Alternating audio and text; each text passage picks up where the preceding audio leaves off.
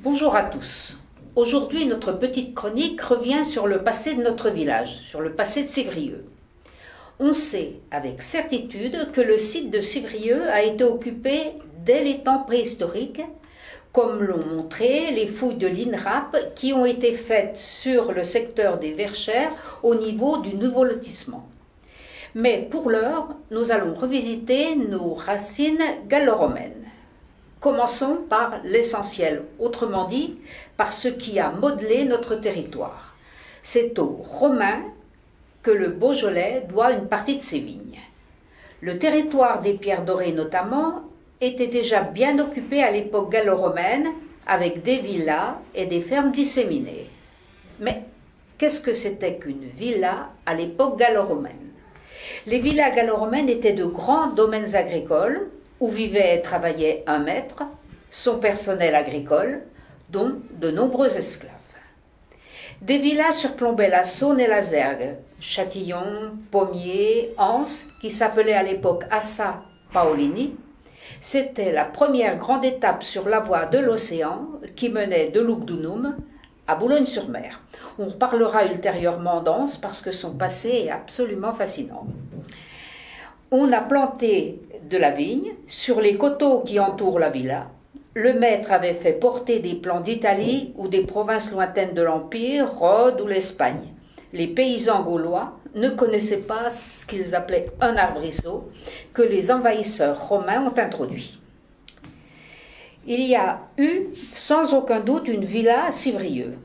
C'est en effet de Civrieux que provient une statuette de bronze de 18 cm du dieu Mercure, conservée au musée Lugdunum, anciennement appelé le musée gallo-romain de Fourvière. Je vais vous montrer cette statuette.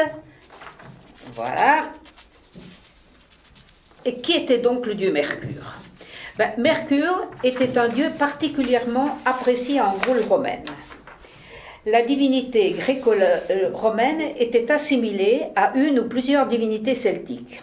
Ses pouvoirs étaient étendus. Alors, Mercure protège les marchands, les voleurs, les voyageurs et les étrangers.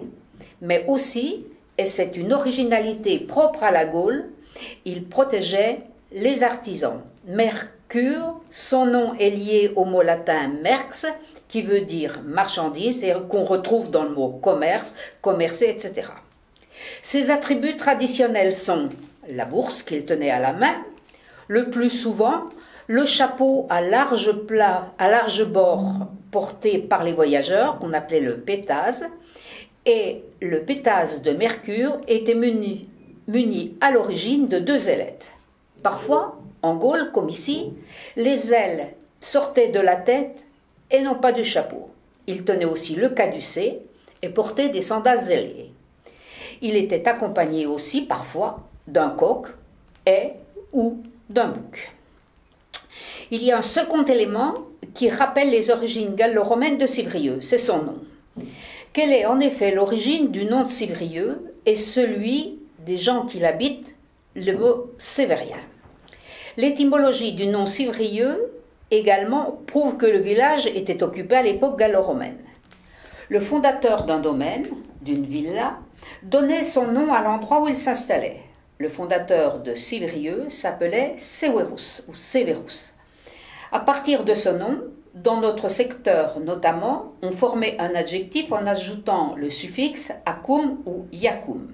Et Severus a donc donné Severiacus. Cet adjectif signifiait propriété de Severus. Il est à l'origine de la dénomination des habitants d'un lieu, chez nous, le mot sévérien. C'est peut-être beaucoup d'avancer de dire que le fondateur de Civrieux était romain. On peut lire, voire relire, l'album d'Astérix, Le cadeau de César. Les autochtones ou les soldats le plus souvent recevaient ces territoires en récompense de leurs actions.